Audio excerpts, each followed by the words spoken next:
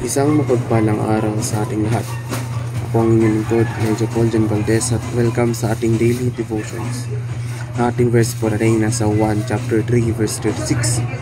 Sinasabi na ang sumampalataya sa anak ay may buhay na walang hanggan, ngunit ang hindi sumunod sa anak ay hindi makakaroon ng buhay. Sa halip, mananatili sa kanya ang puot ng Diyos. Karaniwang nauunawaan ang Diyos na parehong ganap na matuwid at ganap na mapagmahal.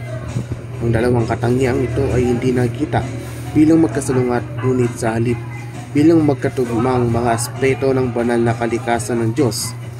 Ang pagkilos ng Diyos sa pagdeklara ng isang tao na matuwid sa kanyang paningin, ito ay isang legal na deklarasyon na kadalasang inilarawan bilang pagpapatawad ng Diyos sa mga kasalanan at paglalagay ng katwiran ni Kristo sa mga mananampalataya.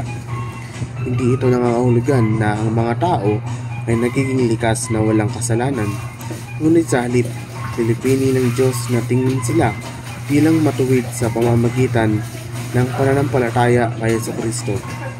Ang sakripisyo ni Jesucristo sa krus bilang paraan kung saan galit ng Diyos laban sa kasalanan ay mapawi at ang kanyang pabor ay naibalik.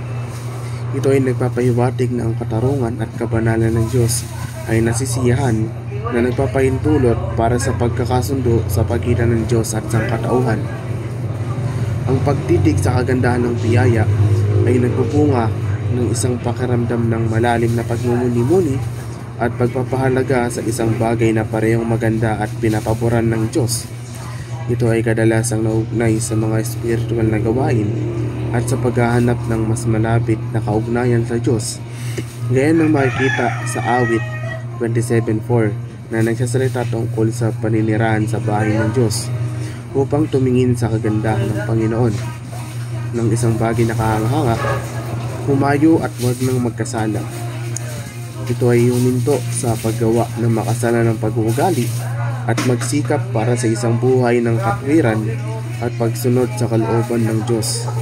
Pagkatapos matanggap ang kapatawaran, binibigyang diin din ito ang pagsisisi at isang pangako sa sa pagbabagong pamumuhay.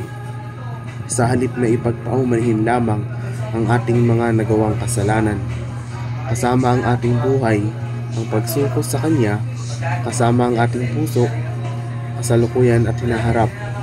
Ito ay tungkol sa pagkilala na hindi ka na sa iyo ngunit kay Kristo, at paghahangad na mamuhay ayon sa Kanyang kalooban.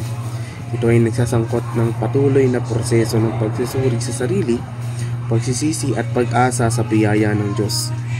Muli, ako ang inyong lingkod, Elijah Paul John Valdez, at dito na nagtatapos ang aking daily devotions.